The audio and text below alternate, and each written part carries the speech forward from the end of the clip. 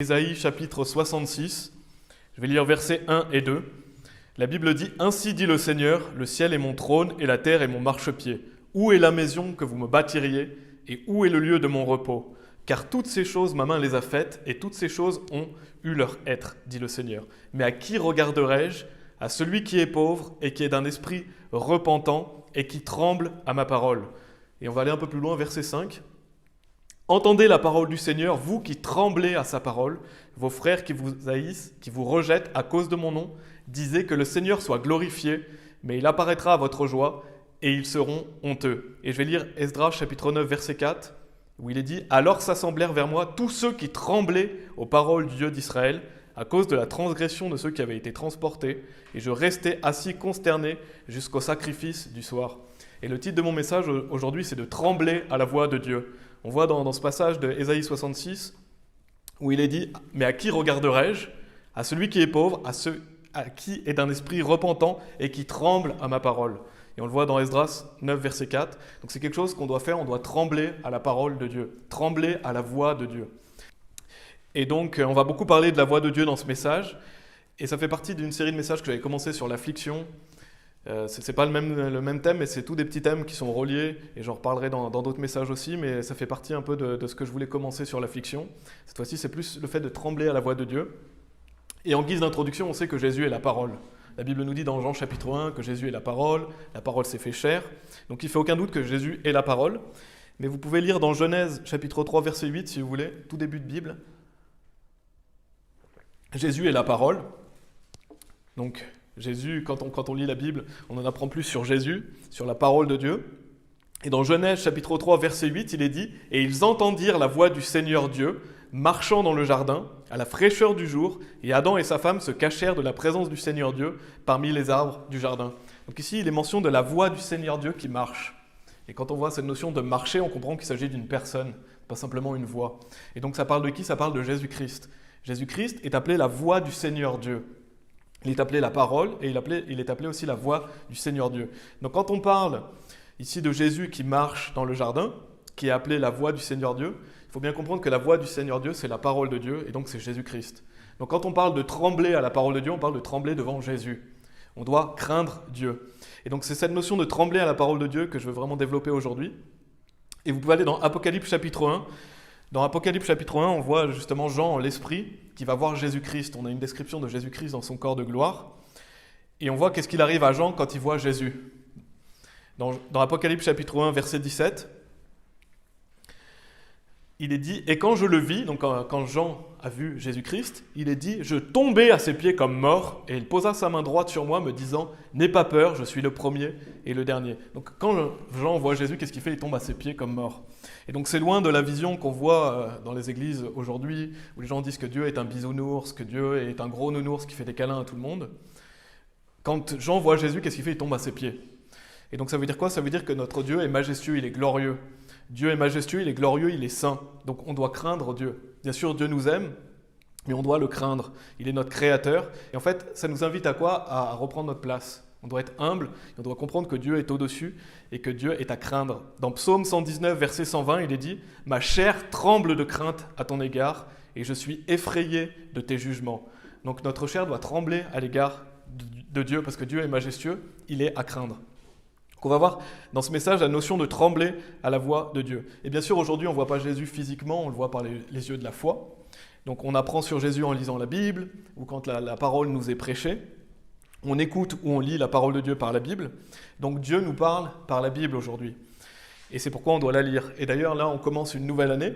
Comme vous savez, aujourd'hui, on est le 2 janvier. 2022, c'est le bon moment de vous fixer des objectifs par rapport à la lecture de la Bible. Si vous voulez avoir une année où vous lisez la Bible, il faut commencer justement en début d'année. C'est un bon moment pour avoir un plan. Je ne sais pas si vous avez déjà un plan, mais essayez de trouver un plan ou faites votre propre plan. Mais fixez-vous un objectif de lecture de la Bible pour cette année 2022. Parce que si vous n'avez pas d'objectif, ça va être dur. Donc fixez-vous des objectifs en début d'année. Il suffit de lire la Bible 15 minutes par jour et vous la lirez une fois dans l'année. Si vous la lisez 30 minutes, vous la lirez 2 fois, etc. Donc essayez de vous trouver un plan, motivez-vous à avoir un plan pour cette année, à vous dire voilà, je vais lire la Bible tant de fois et je vais m'y tenir. Parce que sinon, vous allez risquer d'abandonner. Si vous ne vous mettez pas tout de suite à avoir un plan, ça va être compliqué. Et c'est un moment privilégié justement de se lancer dans la lecture de la Bible en début d'année. Et c'est pas négociable, c'est pas quelque chose, je vais peut-être le faire. Si vous lisez pas la Bible, vous n'êtes pas en règle avec Dieu. C'est ce que dit la Bible. La Bible, c'est quelque chose qu'on doit lire quotidiennement. C'est comparé à de la nourriture physique. Dans Matthieu chapitre 4, verset 4, que vous avez sûrement entendu, il est dit « Mais il répondit et dit, donc Jésus-Christ, il est écrit, l'homme ne vivra pas de pain seulement, mais de chaque parole qui sort de la bouche de Dieu. » Donc on ne vit pas seulement de nourriture physique, on doit se nourrir spirituellement jour après jour.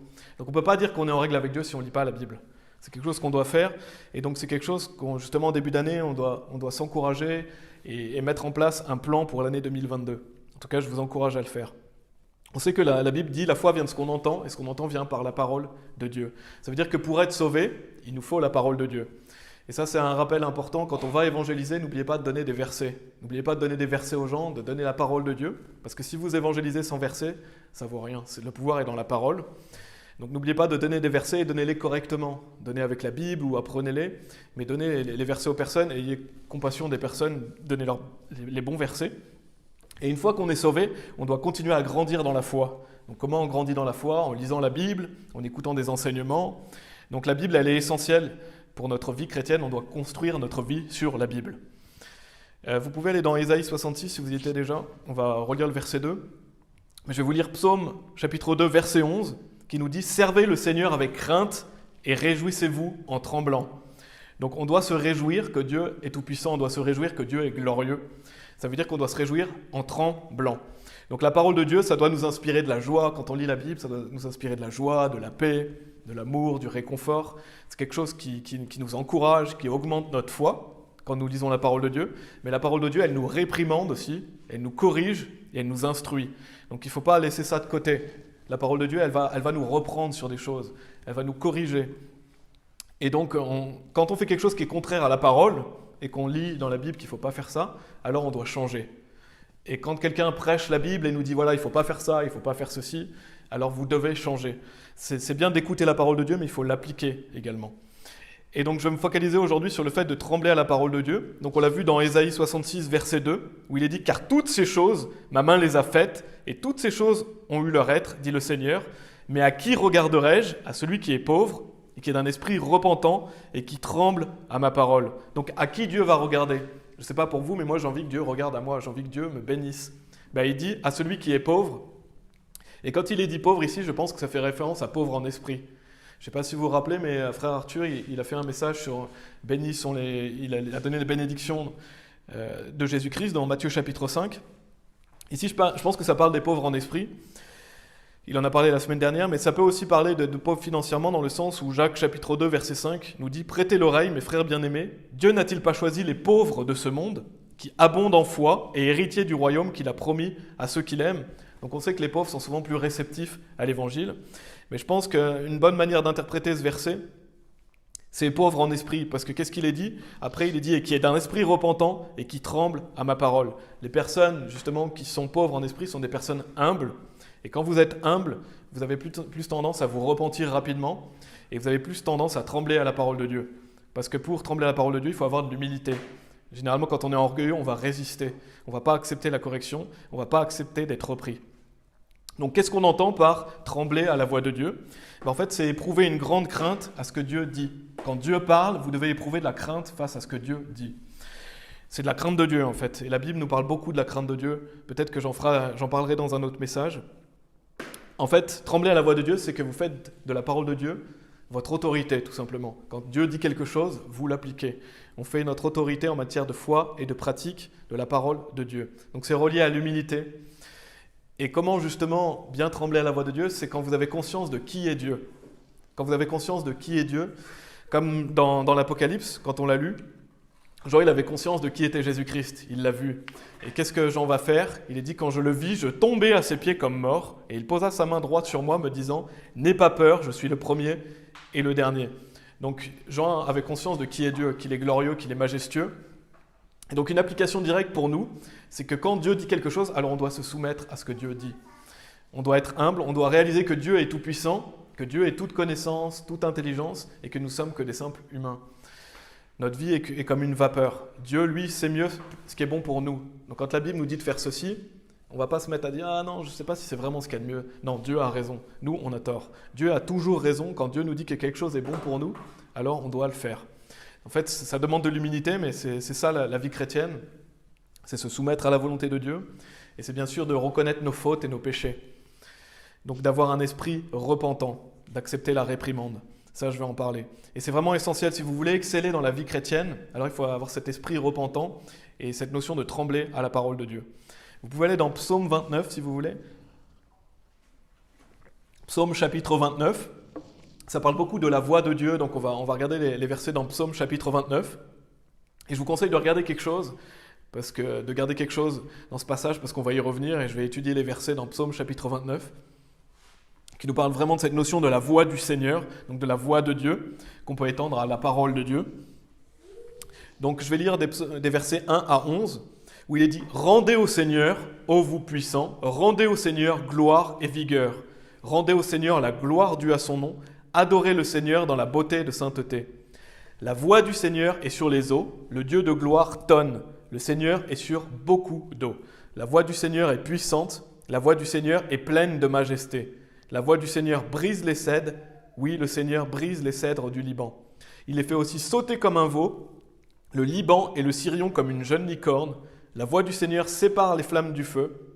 La voix du Seigneur secoue le désert. Le Seigneur secoue le désert de Kadesh. La voix du Seigneur fait enfanter les biches et dévoile les forêts. Et dans son temple, chacun parle de sa gloire. Le Seigneur est assis sur l'eau. Oui, le Seigneur est assis comme roi pour toujours.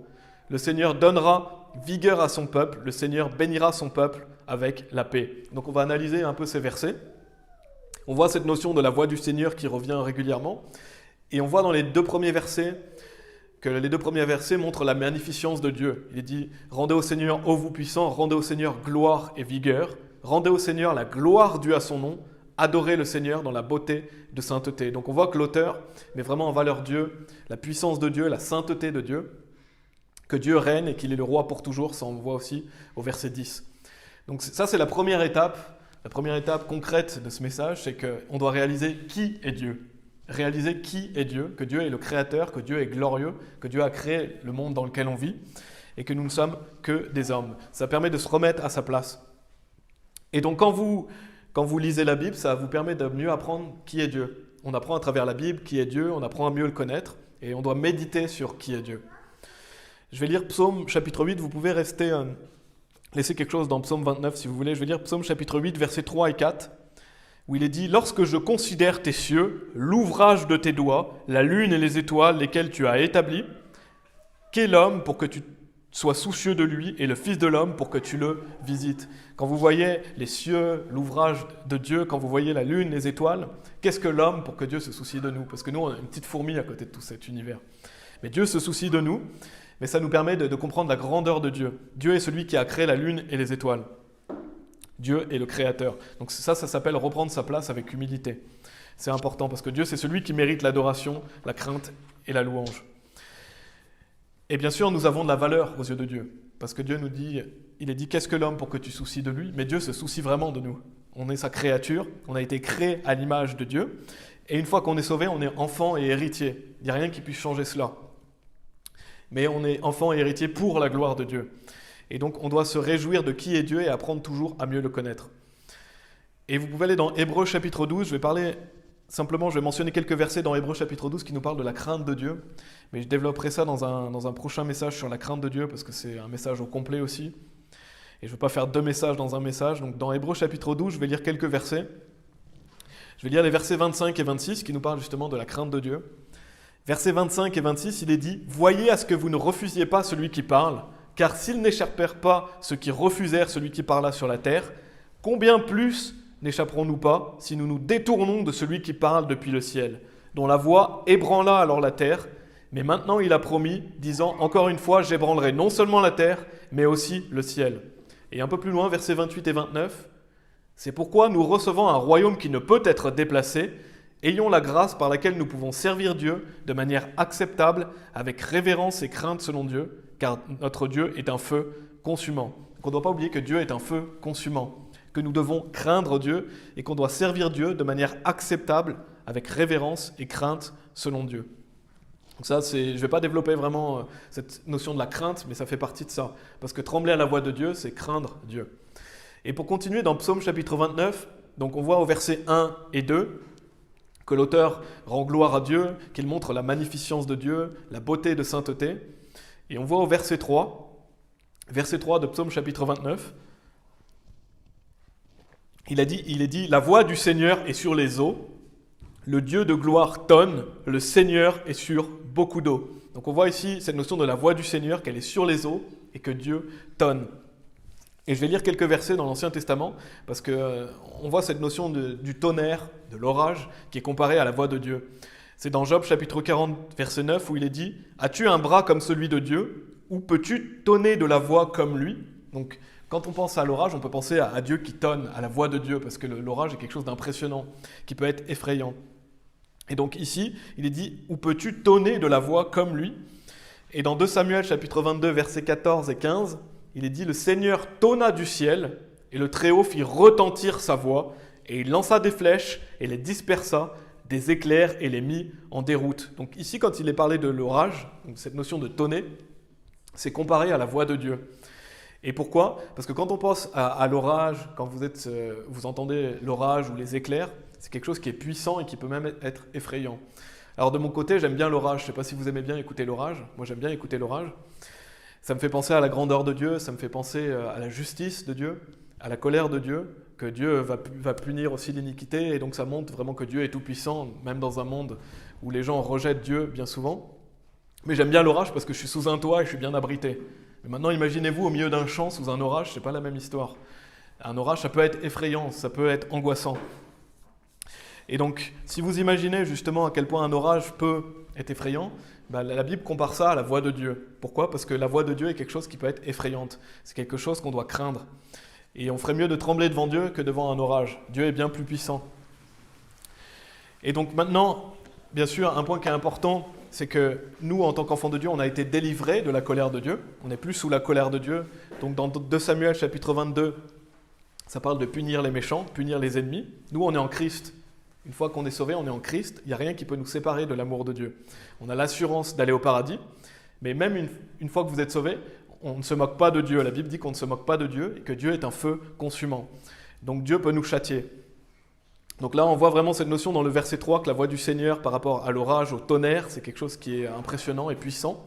Et on voit qu'il est notion aussi des eaux et de beaucoup d'eau dans le verset 3.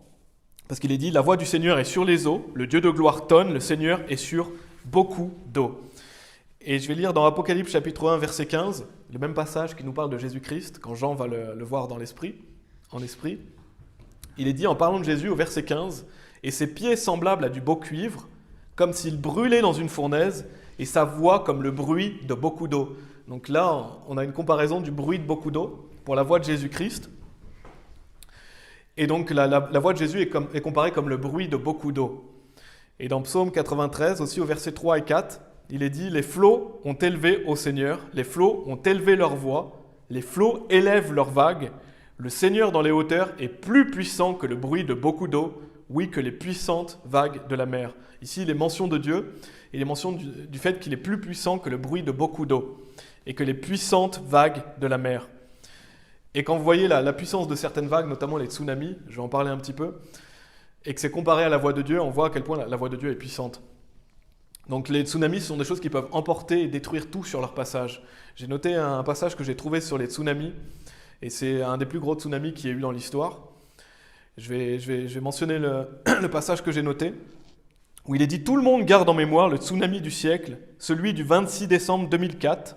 Son origine est un tremblement de terre de 9,1 sur l'échelle de Richter, dont l'épicentre était à 30 km des côtes de l'île indonésienne de Sumatra, dans l'océan Indien. C'est le plus long raz-de-marée jamais recensé, il faisait 1300 km de longueur. Et malheureusement, ça a été désastreux parce qu'il est dit qu'il y a eu 230 000 morts, dont 170 000 sur l'île de Sumatra. Donc c'était un méga séisme qui a frappé la ville d'Aceh au nord de l'île, provoquant un gigantesque tsunami qui va toucher les côtes de Somalie. Et il est dit qu'aucune alerte n'avait été donnée pour ce tsunami qui arrivait sur les côtes. Et l'Institut géologique américain USGS considère que c'est une des pires catastrophes naturelles. Le séisme à l'origine du tsunami aurait dégagé une énergie qui correspond à 23 000 bombes comme celle lâchée sur Hiroshima. Donc on voit qu'un tsunami, ça peut faire des dégâts. Et pourquoi je parle d'un tsunami? C'est parce que la voix du Seigneur, elle est sur beaucoup d'eau. La voix du Seigneur est sur l'eau. Ça montre quoi? Ça montre que la voix du Seigneur est plus puissante qu'un tsunami. Les gens pourraient être effrayés par un tsunami. Nous, on doit être effrayés par la parole de Dieu. On doit être effrayés par la Bible. Parce que la voix de Dieu est plus puissante qu'un tsunami. C'est ce qu'on a vu. La voix du Seigneur est sur les eaux. Il est au-dessus des eaux. Le Dieu de gloire tonne. Le Seigneur est sur beaucoup d'eau. Donc Dieu est au-dessus de ça. Donc si vous avez peur des tsunamis, si vous avez peur des vagues, si vous avez peur de l'orage, pensez à Dieu. Dieu est bien plus à craindre. Et on ne doit pas avoir peur des catastrophes naturelles, on doit avoir peur de Dieu. Dieu est bien plus glorieux. Donc vraiment ce psaume est magnifique parce que ça permet de voir la grandeur de Dieu, à quel point on a un Dieu puissant et majestueux. Et on va continuer psaume chapitre 29, on va lire le verset 4, où il est dit « La voix du Seigneur est puissante, la voix du Seigneur est pleine de majesté. » Donc j'ai déjà mentionné la puissance de la voix de Dieu. Et je vais lire deux autres psaumes, psaume 68, versets 32 et 33, où il est dit « Chantez à Dieu, vous royaume de la terre, ô chantez des louanges au Seigneur, c'est là, à celui qui chevauche sur les cieux des cieux, lequel était depuis les temps anciens. Voici, il fait retentir sa voix et celle d'une voix puissante. » Donc quand Dieu fait retentir sa voix, c'est celle d'une voix puissante. On voit que la voix du Seigneur est puissante. Et il est dit que la voix du Seigneur est pleine de majesté, c'est-à-dire d'une grandeur suprême. La voix de Dieu est d'une grandeur suprême. Ça, c'était le verset 4. On va lire le verset 5. Là, on regarde un peu le psaume 29 et notamment le fait qu'il est mentionné plusieurs fois, la voix du Seigneur, à quoi elle est comparée. Dans le verset 5, il est dit « La voix du Seigneur brise les cèdres. Oui, le Seigneur brise les cèdres du Liban. » Et j'ai noté quelques phrases que j'ai trouvées sur les cèdres. Je ne sais pas si vous connaissez cet arbre, le cèdre, mais c'est un conifère majestueux qui est assez largement planté dans les parcs et les jardins, dans les siècles passés notamment. Et c'est des grands arbres, ils font entre 25 et 50 mètres de haut. Ils peuvent vivre plus de 2000 ans. Donc c'est vraiment des arbres qui peuvent rester longtemps. Imaginez-vous un arbre qui reste pendant 2000 ans. Après, le plus ancien qui est actuellement, il est âgé de 1254 ans. Mais ça peut vivre plus de 2000 ans. Et par rapport aux cèdres du Liban, parce que la Bible nous dit « La voix du Seigneur brise les cèdres. Oui, le Seigneur brise les cèdres du Liban. » Les cèdres du Liban, ils sont réputés pour leur durée de vie. C'est un arbre qui va faire à peu près 20 à 40 mètres de haut et qui ont des troncs qui font 4,5 mètres. Donc ce pas des petits arbres. Ça fait 4,5 mètres maximum au niveau du tronc. Donc ce n'est pas un petit arbre et c'est pour ça que Dieu le prend en exemple. C'était sûrement aussi des arbres qui étaient courants. Mais la voix du Seigneur, elle brise les cèdres. Pour Dieu, un arbre qui fait 4,5 mètres de tronc, c'est rien. Il peut briser un cèdre simplement avec sa voix. Donc quand on entend la parole de Dieu, on doit accepter la réprimande. Et c'est pour ça que je vous ai lu Proverbe 29, verset 1, que je vais relire. Mais Dieu ne rigole pas. Il nous dit dans Psaume 29, verset 1, « Celui qui étant souvent réprouvé, endurcit son cou, sera subitement détruit, et cela sans remède. » Donc si vous êtes souvent réprouvé, ça veut dire que si on vous reprend souvent, si vous êtes souvent repris, et que vous résistez à la vérité, que vous endurcissez votre cou, la Bible dit « sera subitement détruit, et cela sans remède ». Et je ne sais pas pour vous, mais je n'ai pas envie d'être subitement détruit et sans remède possible. Ce n'est pas quelque chose qu'on a envie d'expérimenter. On n'a pas envie que Dieu soit tellement en colère contre nous qu'on est détruit sans remède possible. Mais Dieu nous avertit. Et pourquoi il nous avertit? Parce qu'il veut qu'on soit capable d'accepter la réprimande, qu'on soit capable d'accepter d'être repris. Pourquoi? Pour se mettre en règle avec lui. Parce qu'un cèdre peut être brisé à la voix du Seigneur. Et vous pouvez aller dans 2 Chroniques, chapitre 16. On a l'exemple dans l'Ancien Testament d'un roi qui était sauvé, donc qui était un enfant de Dieu. C'est un roi de l'Ancien Testament qui s'appelle Asa. Et c'était vraiment un roi qui a fait des grandes choses pour Dieu. La Bible nous dit que c'était un roi qui était bon, qui a fait des bonnes choses, qui a fait des choses qui étaient droites devant Dieu. Dans 2 Chroniques, chapitre 14, on voit qu'il est dit au verset 2. Vous pouvez aller dans 2 Chroniques, chapitre 16, mais je vais lire le verset 2 du chapitre 14. Il est dit « Et Asa fit ce qui était bon et droit aux yeux du Seigneur son Dieu. » Donc on voit que ce n'était pas un des rois qui a dit « Voilà, il a fait ce qui était désagréable à Dieu. » C'était vraiment quelqu'un qui était sauvé et qui faisait des bonnes choses devant Dieu. Et malheureusement, il va avoir une mauvaise fin de vie. On peut le lire dans 2 Chroniques, chapitre 16. Je vais lire des versets 7 à 13. C'est un exemple pour illustrer ce point. Il est dit « Et en ce temps-là, Hanani le voyant c'est le prophète. » Donc Hanani va aller parler au roi Asa. Donc c'était un prophète de Dieu. Il est dit « Roi de Juda » et lui dit « Parce que tu t'es appuyé sur le roi de Syrie et que tu ne t'es pas appuyé sur le Seigneur ton Dieu, l'armée du roi de Syrie est échappée de ta main. Les Éthiopiens et les Libyens n'étaient-ils pas une immense armée avec un très grand nombre de chariots et de cavaliers? Néanmoins, parce que tu t'es appuyé sur le Seigneur, il les livra en ta main. » Donc on voit qu'Asa a fait confiance à Dieu à un moment donné de sa vie. Et Dieu a livré les Éthiopiens et les Libyens entre la main du roi Asa. Donc il a détruit cette armée. Pourtant, c'était une immense armée. Il est dit après, car les yeux du Seigneur courent çà et là sur toute la terre, afin qu'il se montre fort en faveur de celui dont le cœur est parfait envers lui. En cela, tu as agi follement. C'est pourquoi désormais tu auras des guerres. Et Asa fut irrité contre le voyant et le mit en prison, car il était furieux contre lui à cause de cette chose. Et Asa opprima aussi en ce temps-là quelques-uns du peuple. Donc on voit quand l'homme de Dieu, le prophète, vient confronter Asa face à son péché, Asa va avoir la mauvaise réaction, la réaction qu'on ne veut pas avoir, c'est-à-dire qu'il va s'irriter contre le prophète, il va même le mettre en prison, et il va être furieux contre lui. Et ça va même faire qu'il va opprimer certaines personnes du peuple. Après, il est dit, « Or voici les actions d'Asa, les premières et les dernières, sont écrites dans le livre des rois de Juda et d'Israël. Et Asa, en la 39e année de son règne, qu'est-ce qui va arriver à Asa? Il est dit, fut malade des pieds, et sa maladie fut extrêmement grave. Toutefois, dans sa maladie, il ne chercha pas le Seigneur, mais les médecins. Et Asa s'endormit avec ses pères, et il mourut en la 41e année de son règne. » Donc on voit Asa qui est repris par le prophète Hanani à cause de son péché. Et au lieu d'accepter la réprimande, de se mettre en règle avec Dieu, il va s'irriter. Il va s'irriter contre le prophète, il va le mettre en prison, il va même agir follement. Donc il va avoir une maladie. Peut-être que c'est un châtiment de Dieu. Dieu a fait venir un châtiment sur lui parce que justement il n'écoutait pas. Dieu a voulu le ramener à lui, mais même dans la maladie, il ne va pas rechercher Dieu, il va rechercher les médecins, donc il va continuer à raidir son cou, il va continuer à se détourner de Dieu. Et comment il va finir? Une maladie des pieds, il va en mourir. Et ce que je veux souligner ici, c'est que c'est un exemple de Proverbe 29, verset 1, qu'on a lu.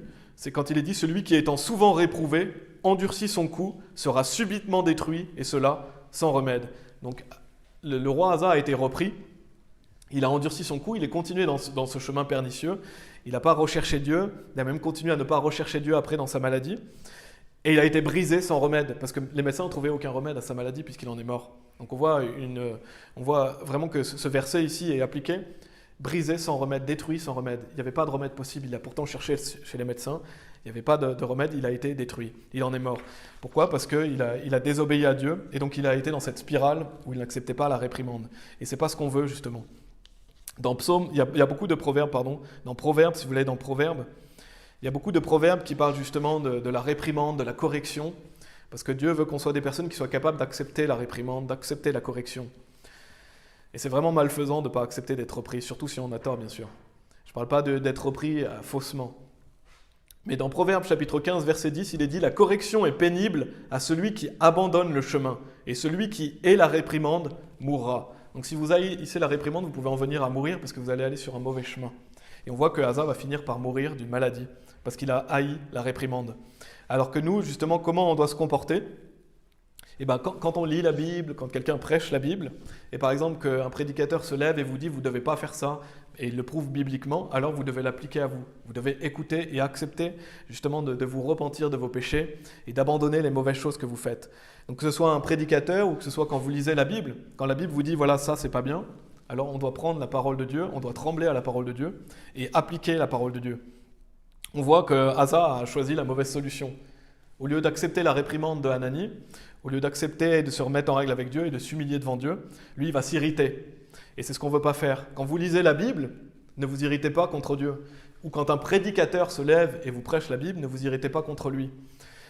Et symboliquement, le fait, là Asa met vraiment physiquement le voyant, donc le prophète en prison, mais quand quelqu'un vous fait une réprimande biblique, ou quand vous lisez la Bible et que vous êtes repris, symboliquement vous mettez la parole de Dieu en prison. Vous enfermez la parole de Dieu, vous dites non, ça j'en veux pas. Moi je préfère avoir mes idées à moi, j'ai pas envie d'obéir, c'est symboliquement vous mettez en prison la parole de Dieu.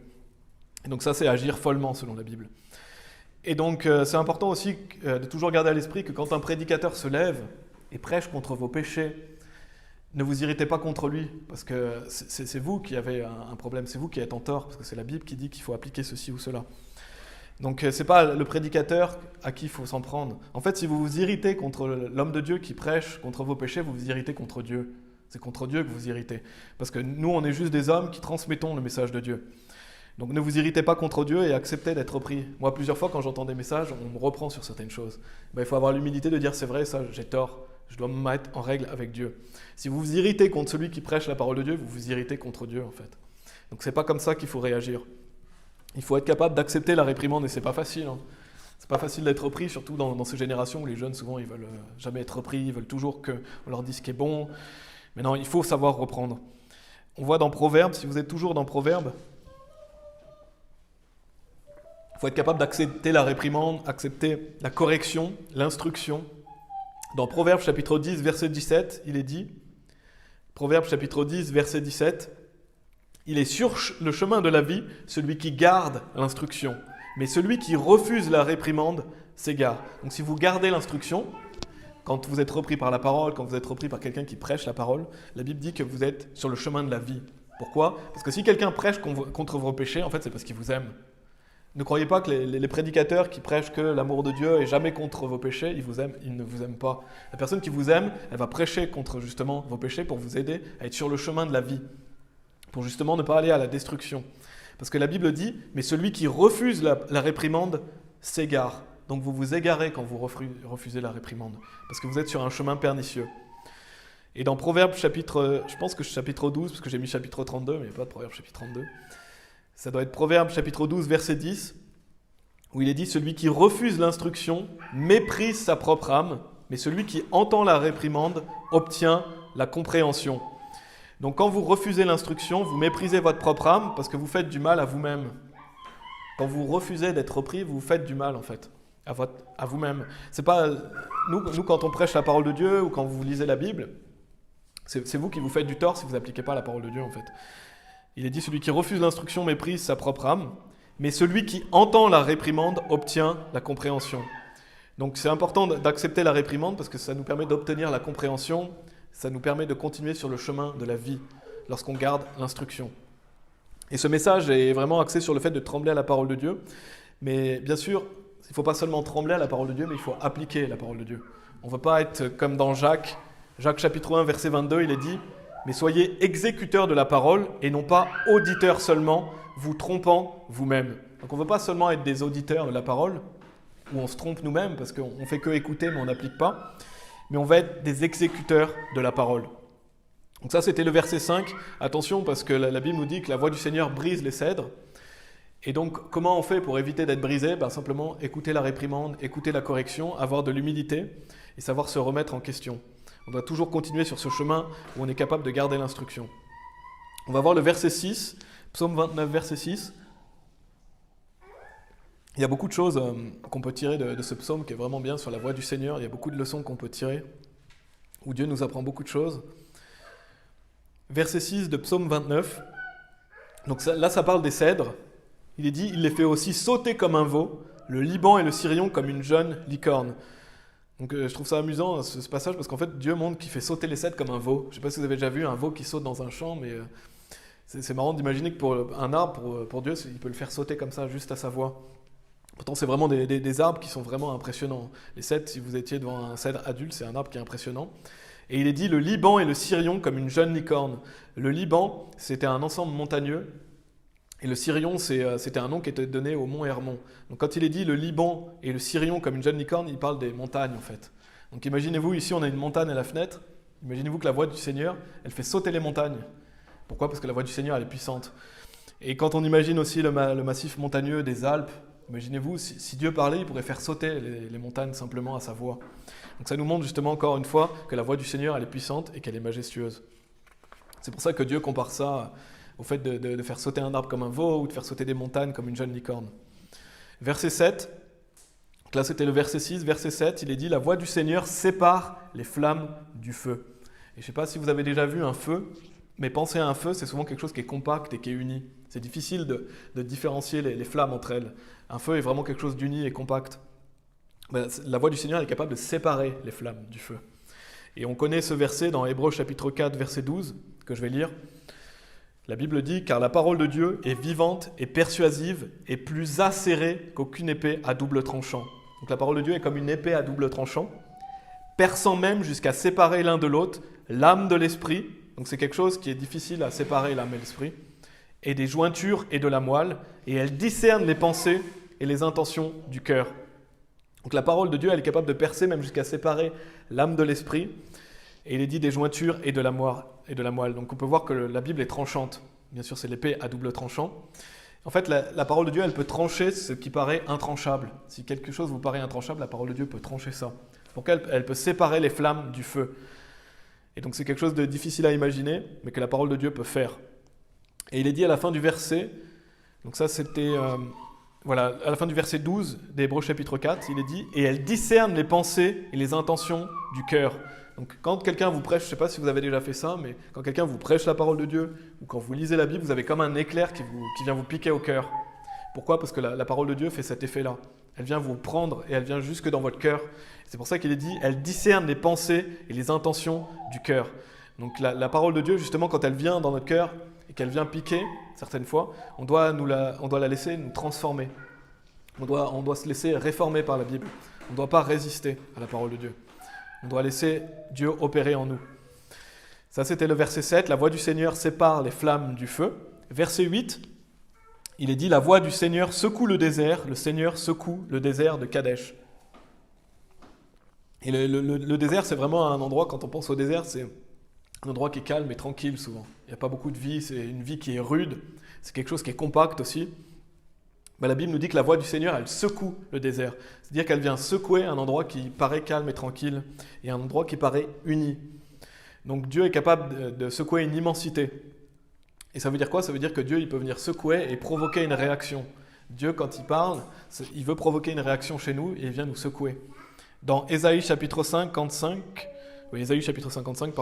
verset 11, il est dit « Ainsi sera ma parole qui sort de ma bouche ». Donc Dieu nous dit « Ainsi sera ma parole qui sort de ma bouche. Elle ne retournera pas à moi sans effet, mais elle accomplira ce que j'ai voulu et elle prospérera dans la chose pour laquelle je l'ai envoyée. » Et on sait quand on va prêcher l'évangile à quelqu'un, la Bible dit qu'on est pour certains une odeur de vie, pour d'autres une odeur de mort. Donc les gens ne sont pas indifférents quand on prêche la parole de Dieu.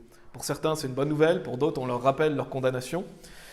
Mais Dieu nous dit que quand on prêche sa parole, elle ne revient jamais à lui sans effet. Donc quand on prêche l'évangile, mais aussi quand vous écoutez un prédicateur. Quand un prédicateur prêche la parole de Dieu, que vous écoutez la parole de Dieu, elle ne revient jamais à lui sans effet. Elle va accomplir ce que Dieu veut. C'est pour ça que Dieu peut venir secouer. Il peut venir secouer même un lieu qui a l'air compact, tranquille et qui était calme, parce que Dieu veut provoquer une réaction. Donc ça, c'était le verset 8, la voix du Seigneur secoue le désert. Maintenant, on va voir le verset 9, qu'on avance dans le psaume chapitre 29. Il est dit, la voix du Seigneur fait enfanter les biches et dévoile les forêts, et dans son temple, chacun parle de sa gloire. Donc on a cette notion d'enfanter, que la voix du Seigneur fait enfanter les biches. Et ce que je veux souligner, c'est qu'il est dit aussi, et dévoile les forêts. Et quand vous pensez aux forêts, on pense vraiment à quelque chose qui est dense. Généralement, quand vous avez une forêt, vous ne voyez pas à travers une forêt. C'est quelque chose qui est assez dense, il y a plusieurs strates de végétaux, on peut difficilement voir à travers. Ben, il est dit que la voix du Seigneur, elle dévoile les forêts. Ça veut dire quoi ? Ça veut dire que Dieu, même si quelque chose qui est dense, il peut le dévoiler, il peut le mettre à nu en fait. Quand il est dit la voix du Seigneur dévoile les forêts, c'est que le Seigneur dévoile ce qui est dense et il met à nu les choses. Et donc comment on peut appliquer ça ? Ben, on peut l'appliquer dans le sens où quand la parole de Dieu nous est prêchée, elle va dévoiler ce qu'il y a dans notre cœur. On a vu tout à l'heure, elle discerne les pensées et les intentions du cœur. Donc ça veut dire que la parole de Dieu va venir dévoiler ce qu'il y a au fond de nous. Et n'oubliez pas que rien n'est caché à Dieu. Vous ne pouvez pas cacher vos péchés à Dieu. Vous ne pouvez pas dire « Ah, Dieu ne va pas le voir ». Non, Dieu, il voit tout. N'oubliez jamais que chaque jour que vous passez, Dieu voit ce que vous faites. Et Dieu met en lumière les secrets cachés des cœurs. C'est dans le verset 13, justement, d'Hébreux chapitre 4. J'ai mentionné le verset 12, mais au verset 13, il est dit aussi « Il n'y a pas non plus aucune créature qui ne soit manifeste à sa vue, mais toutes choses sont nues et dévoilées aux yeux de celui avec lequel nous avons affaire. » Donc personne ne peut se cacher devant Dieu. Et donc on ne peut pas cacher nos péchés devant Dieu. Dieu connaît nos cœurs, Dieu sait justement nos détresses, Dieu connaît nos difficultés. Ça ne veut pas dire que Dieu ne veut pas nous aider à travers ça. Dieu nous aime justement. Dieu veut qu'on puisse avancer. Dieu veut nous tailler pour qu'on puisse lui porter beaucoup de fruits. Donc Dieu veut qu'on avance et qu'on soit d'un esprit repentant. Mais on doit justement avoir cet esprit repentant, on doit trembler à la parole de Dieu et ne pas cacher nos péchés à Dieu. On doit demander pardon pour nos péchés. Parce que personne ne peut se cacher de Dieu. Donc ne cachez rien à Dieu, dites-lui vos péchés et demandez-lui de vous aider, justement. Repentez-vous de vos péchés, parce que c'est comme ça qu'on peut exceller dans la vie chrétienne. C'est pas en cachant les choses à Dieu, alors qu'on ne peut pas se cacher de Dieu. Dieu voit tout, Dieu sait tout ce que vous faites. Donc si vous vivez votre vie en disant « Ah, ça, Dieu ne va pas le voir », non, Dieu l'a vu. Donc il faut toujours qu'on craigne Dieu, en fait. C'est un des secrets de la réussite de la vie chrétienne, c'est de craindre Dieu. Dieu sait tout. Dans Jérémie chapitre 17, si vous voulez, vous pouvez aller dans Jérémie chapitre 17. Je vais lire les versets 9 et 10. Donc là, on voit vraiment dans le verset 9 de Psaume 29 que Dieu dévoile les forêts, c'est-à-dire qu'il met à nu même les endroits qui sont denses. Et donc Dieu connaît nos cœurs, il dit dans Jérémie chapitre 17, versets 9 et 10, « Le cœur est trompeur par-dessus toute chose et désespérément mauvais. Qui peut le connaître? Moi, le Seigneur, je sonde le cœur, j'éprouve les reins, et même pour rendre à chacun selon ses chemins et selon le fruit de ses actions. » Donc Dieu va venir sonder nos cœurs, il éprouve nos reins, et Dieu nous dit qu'il va nous rendre à chacun selon son chemin et selon le fruit de ses actions. Donc la vie de tous les jours, la vie chrétienne, elle compte.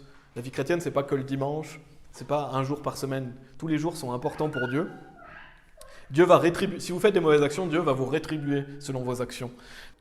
Et donc la solution, elle est dans Proverbes chapitre 4, verset 23, justement pour cette notion de cœur, parce que la Bible nous dit « Garde ton cœur avec toute diligence, car de lui sont les issues de la vie. » Donc nous, on doit garder notre cœur.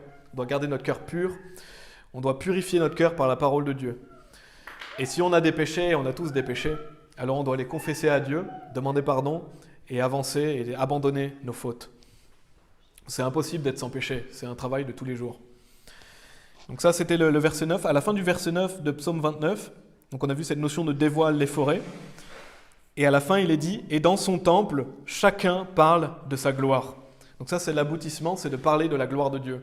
La voix du Seigneur, elle parle de la gloire de Dieu. Donc c'est de comprendre la grandeur et de publier Dieu. Verset 10, Psaume chapitre 29, verset 10, il est dit « Le Seigneur est assis sur l'eau, oui, le Seigneur est assis comme roi pour toujours. » Donc on voit le fait que le Seigneur est assis sur l'eau, et ça me fait beaucoup penser à la vie éternelle. Que le Seigneur donne la vie. Le Seigneur est assis sur l'eau, il donne la vie éternelle. Parce qu'on voit dans Apocalypse 22, au verset 1, « Et il me montra une rivière pure d'eau de vie, claire comme du cristal, provenant du trône de Dieu et de l'agneau. » Donc on voit que provenant du trône de Dieu et de l'agneau, il y a une rivière pure d'eau de vie qui coule en dessous du trône de l'agneau. Et on voit que le Seigneur est assis sur l'eau. Oui, le Seigneur est assis comme roi pour toujours. Donc ça fait vraiment penser à ce verset parce que le Seigneur, il est assis sur l'eau, il est sur son trône. Et il est dit, il est assis comme roi pour toujours. Donc bien sûr, le trône de Dieu, Dieu est le Créateur.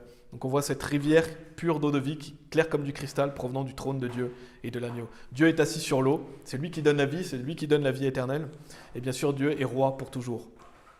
Et dernier verset de Psaume 29. Le dernier verset de Psaume 29, il est dit au verset 11, « Le Seigneur donnera vigueur à son peuple, le Seigneur bénira son peuple avec la paix. » Et c'est ce qu'on veut. Bien sûr, notre application directe du message, c'est qu'on veut que Dieu nous donne la force, on veut que Dieu nous bénisse. Bah pour ça, il faut trembler à sa voix, trembler à la parole de Dieu afin d'être béni par Dieu.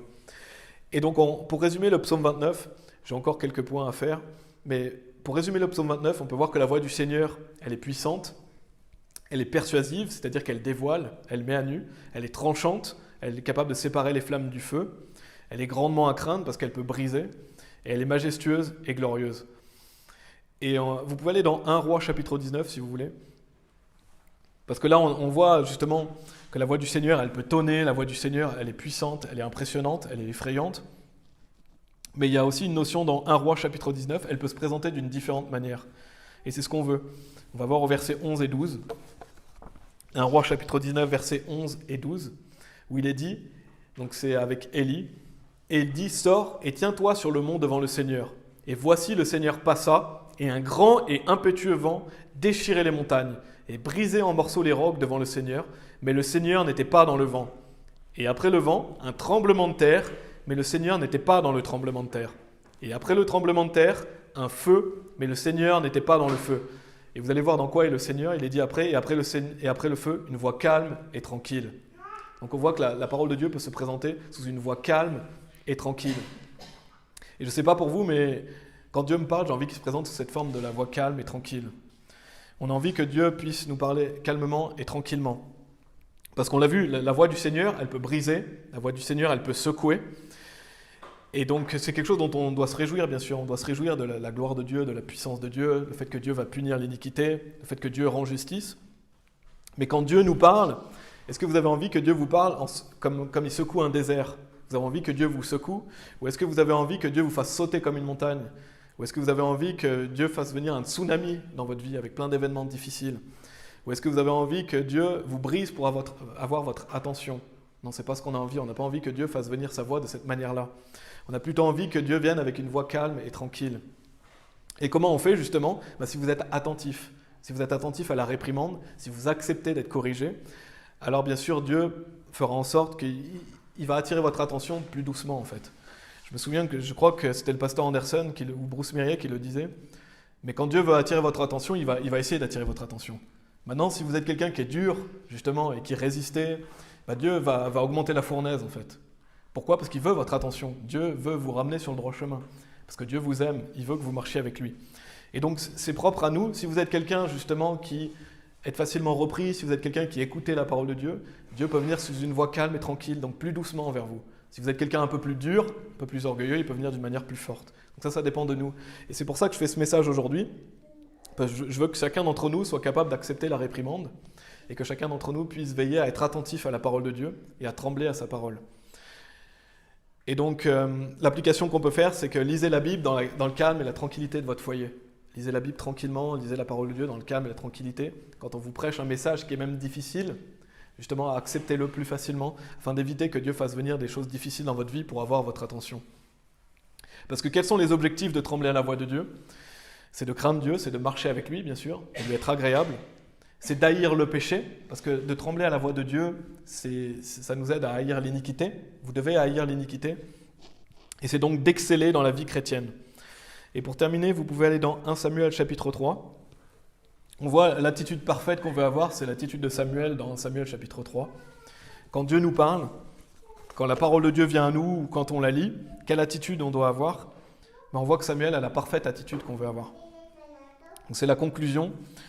Dans 1 Samuel chapitre 3, vous connaissez ce verset, il est dit « Et le Seigneur vint et se tint là et appela comme les autres fois, « Samuel, Samuel !»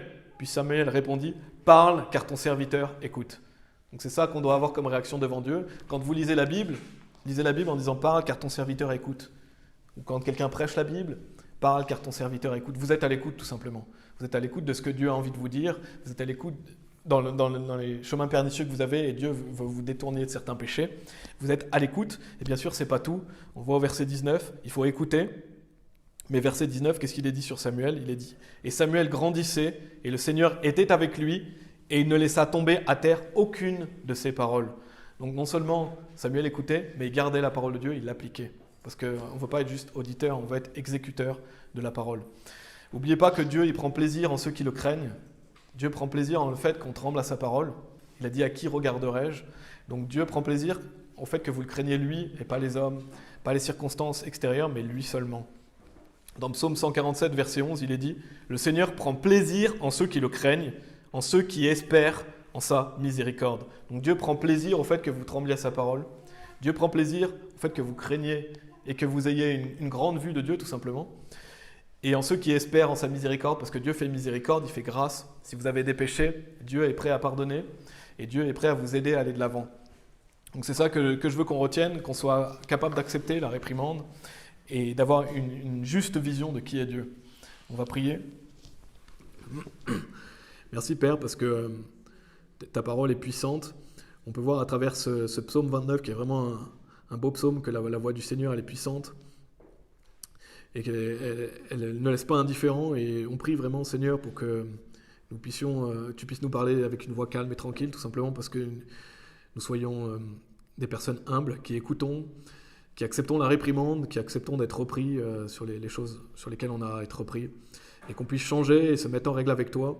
Et je prie, Seigneur, pour que nous puissions lire la Bible, que chaque personne ici ait à cœur de se faire un plan ou simplement de savoir comment la lire en suivant leur plan personnel. Mais je prie pour que nous puissions lire ta parole et que nous puissions toujours être humbles au point de trembler à ta parole et ne pas finir comme Asa qui a raidi son cou et qui s'est irrité.